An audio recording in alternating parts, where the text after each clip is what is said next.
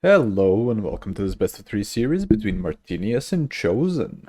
Be sure to like and subscribe for more games and let's get into it. So, today another round 1 group stage game and we're gonna see a cool faction today, man, especially into something that is strong like Slaanesh. This is gonna be quite the game. I can already see it. So, on the side of Martinius, we actually have... Oh, I forgot to turn these things off, or never mind. So on the side of Martinius, we have the classic Demons of Chaos, or unclassic, I should say, because we have only seen so far our boy Samurai actually play them, right? That is the only other player that has brought out Demons of Chaos. And Demons of Chaos, man, they can be a super strong faction into some of the picks that you just don't expect.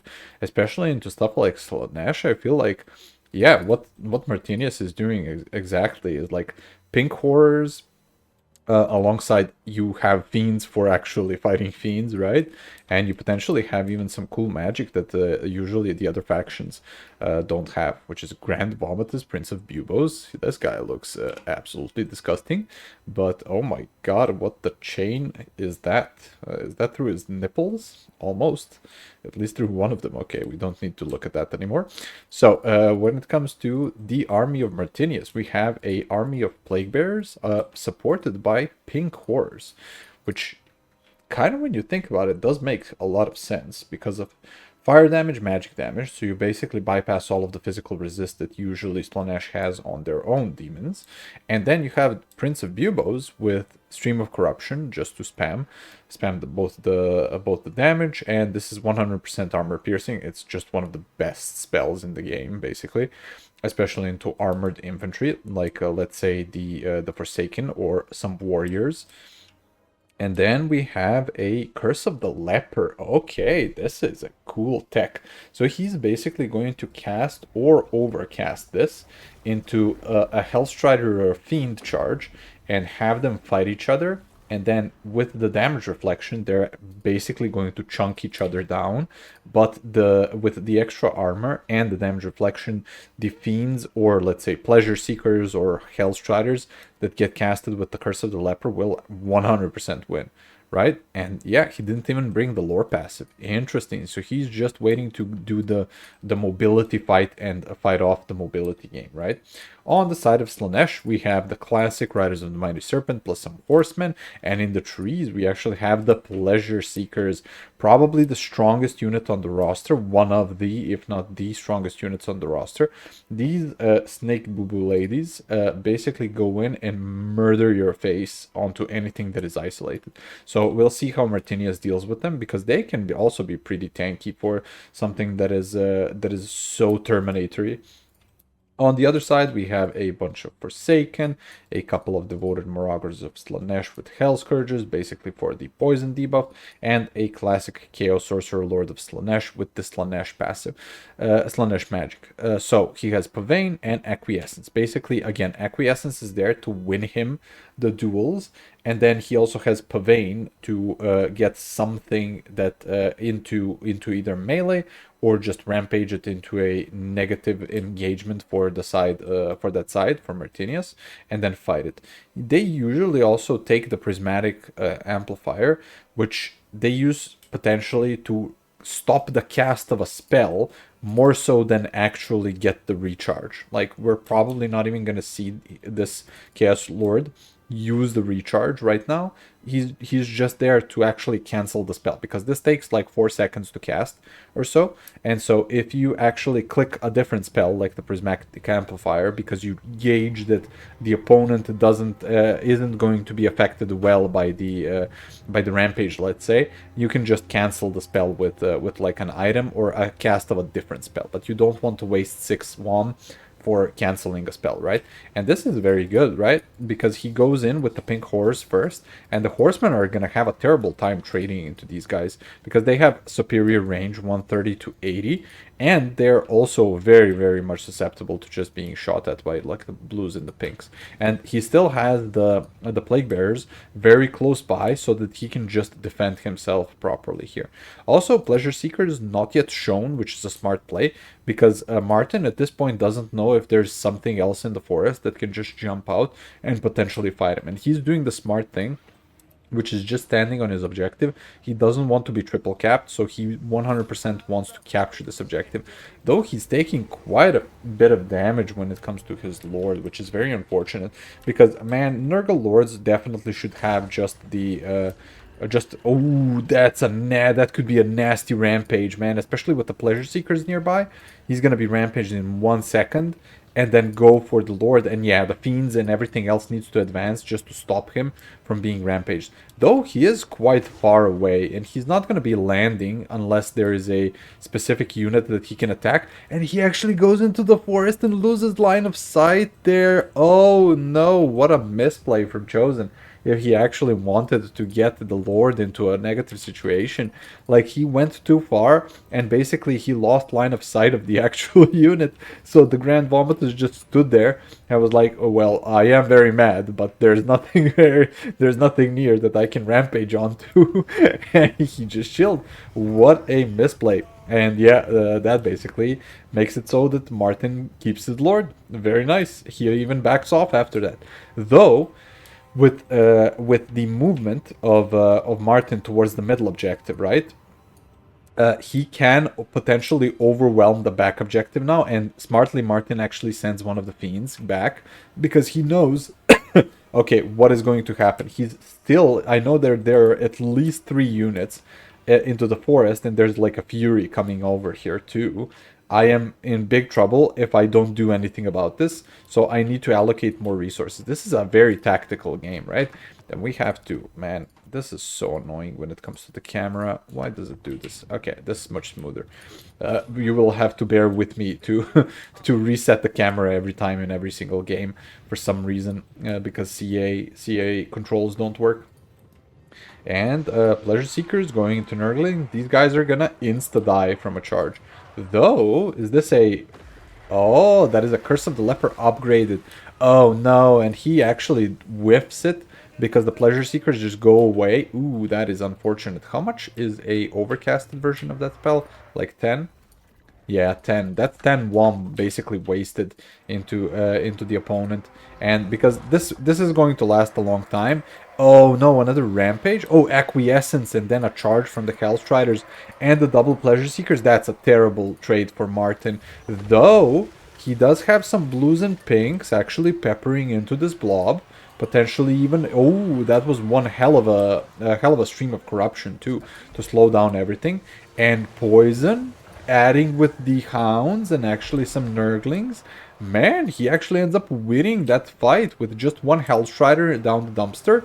But he is absolutely bombarding these 2 Hellstriders with the pinks, and is even fighting with the dogs into the Pleasure Seekers. The Furies are crumbling. There's more Hellstriders coming in. But, oh man, it seems like there is a very, very good chance and opportunity for Martin to win this fight, which is quite interesting. He also captures the middle objective, so he is no longer in a difficult situation when it comes to the points.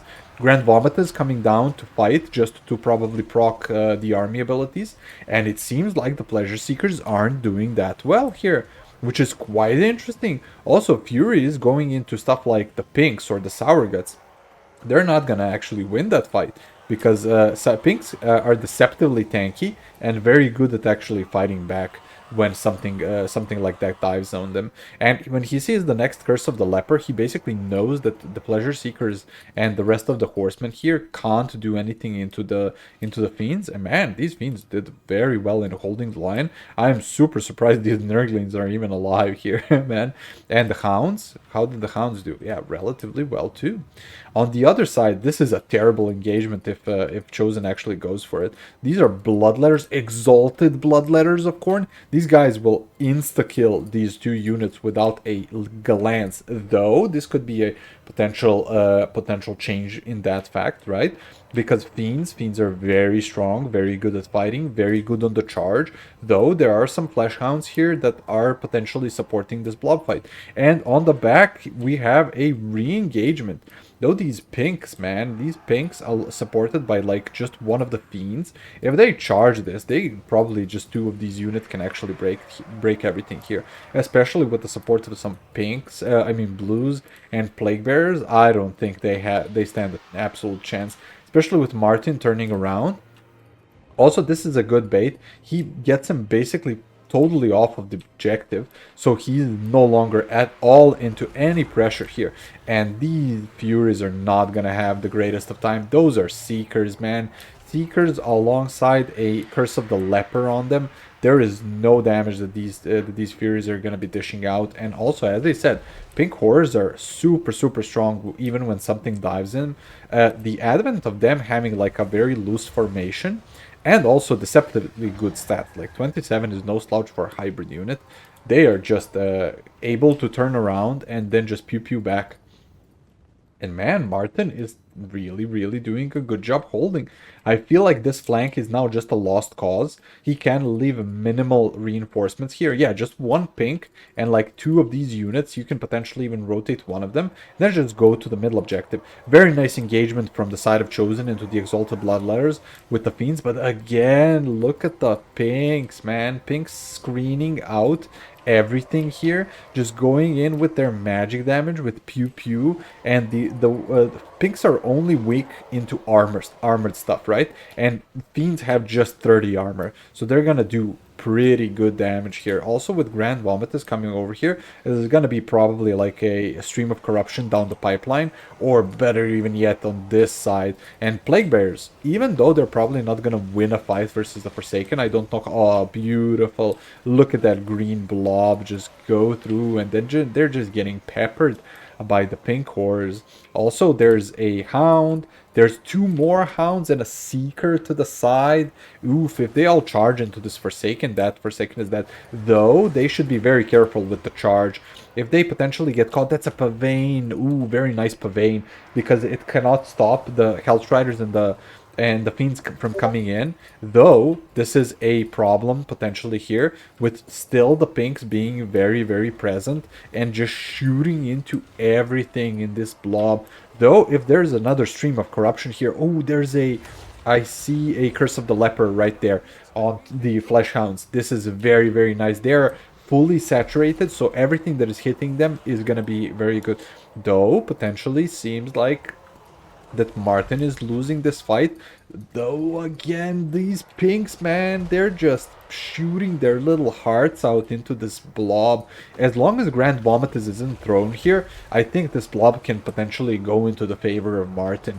Though the Flesh Hounds, even with a fecundity on them, are basically crumbling, though it's gonna spread, so everything here is gonna be okay. And very nice charge from the Hellstriders through the formation. And in the meantime, the Exalted Bloodletters are just killing every single infantry unit, though I think it might have been a mistake for them to not come over here and try to support. Oh, what a disgusting stream of corruption into everything, just applying poison. Everything is soporific musked, and all of the Slaanesh units, non-Martin Slaanesh units, seem to be crumbling and very close to being routed. Actually, even with them being ITP, they're all just getting too much damage from stuff of the pinks. Man, what are these pinks doing? How much are their value? 1400 on pinks is crazy. You don't see that usually. You just see it on like exalted pinks. Exalted pinks are insane units, but just having normal pinks being cheaper and also doing as much as Exalted Pinks is insane to me. Also on the other side, again, Exalted Bloodletters, there's nothing that can kill these guys unless it's like shooting. So however many Slangors you send into them, they're just going to turn around and absolutely murder. And what a crazy game from Martinius' side, man. Showing us how Doc is played into freaking Slaanesh of all things. And like this is like a perfect army. I feel like from the side of Martin. He just counters every single freaking unit, and especially these pinks. I did not expect these pinks to do so well, especially into Slaanesh. Though it does make sense because you can. It depends on the army, though, right? Because if Chosen went for like a armored warrior wall, I think it still does well though, because of Stream of Corruption being 100% AP. I think you can still kill the wall, especially into Forsaken and stuff, right? They're not gonna do the best. Like, look at that. That is like just 10% of HP in a wally from 2 pinks, so that makes sense. But they are still no slouches. There are still different types of spells that can actually kill the Forsaken, and I just love Zinch, man. Ooh, there's a misplay of some fiends over here. I just saw 60% HP being deleted of them, and from a Hellstrider and a Hellscourge alongside the Lord, Martin basically threw these fiends away, which is quite unfortunate because I feel like other than that engagement over here, he has pretty much a big advantage on the rest of the map. This is also, I don't know if this is a good play.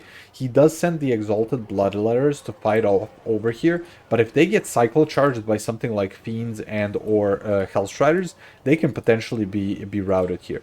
Though he makes a mistake, I think this is definitely a mistake, with Hellstriders charging into pinks, especially with such low ammo values in the end. Again, pinks are no slouches. They are gonna turn around and they're gonna be like, okay, you charged us, you did some damage on the charge, but what now? Now we're in combat. You're not a anti-infantry unit, and you have just about the same stats as me, right? They have a bit more attack, and that kind of doesn't matter really. Ooh, is this a Pavane? Oh, he Pavanes the Lord. He wants to kill Grand Vomitus, which is a good play, but I don't know if it will matter because it's so late in the game. The backline objective is still fully operational. There's a full health, one model missing for some reason, a unit of Plague Bearers on the back objective. As long as Martin stalls this for like 30 more seconds, which again, another Plague Bearer, a Pink Horror, a Nurgling that's full capture weight, and even with losing his Lord, if he stalls this objective for like 30 seconds, I think he's just fine. Though again, Slangors being shot at by these freaking pinks is crazy. Also, Fleshhounds, if they just charge in, right, they're still monstrous, so they're gonna do relatively okay on the charge, and the Slangors aren't gonna do amazing into them on the back. Though, I do say that, but they kind of get wrecked on that charge, which is unfortunate. Again, Hellstriders coming in, charging into the Exalted Bloodletters, they just turn around and countercharge them back, and that is relatively even charge, right? Also, having Hellblade at the max, because they killed 235 units, is very nice on the side of Martin. And though, yeah, like this back objective, if Martin just summons in another Plague Bearer and just sends it to the back objective, there's no way that Chosen can actually win this game at this point. And this looks like it's pretty much over for the side of Chosen. We see Slaanesh losing a game in League 3, especially to something that is like Doc. Doc is quite underrated when it comes to like factions, but I do love to see it as like a counter pick faction, right? Because people don't expect you to, one, know how to play Doc because it's relatively complicated. Two, to actually be able to like, there's so many things that Doc can do, but I definitely see it just as a counter pick faction compared to like different factions. Similar to how I see Skaven. Skaven can do relatively well in most matchups, but they can mostly be used as like a counter pick faction that the opponent is just afraid of because they don't know what you're gonna bring. And let's look at some value. Very well played to Martinius. Grand Vomitus 1400. I actually have no clue how much he costs with that kit. Probably like 2.1k or something like that. Blues paying for themselves. Plague Bearers just there to stand and take it. And oh my god, what a carry piece is, man. These guys cost what, like 750? And they absolutely carried this game. Look at that value. 1900, 1900, 1500. Fiends also basically paying for themselves. Bloodletters and Exalteds also paying for themselves. Seekers, very well done. Fleshhounds, the staple of this build. And then more Fiends. What a great build from Martinius. When it comes to the Slaanesh side, Sorcerer Lord, again, doing great damage, to be expected. Crazy that the freaking Hellscourge got 800 value. That's a lot of value. Forsaken didn't do their best. And yeah, the Pleasure Seekers technically didn't get misplayed. They just weren't as effective because they went into such tanky infantry. You just want to shock cav charge them into something that they can instantly kill, but there was nothing to instantly kill over there. And man, again, these Riders of the Mighty Serpent are absolutely insane units. Slangors did okay, nothing too special. And Furies were the underperformer in this matchup, as well as the Fiends, which is super interesting. Crazy game. Very well played to Martinius, and I'll see you guys in game 2.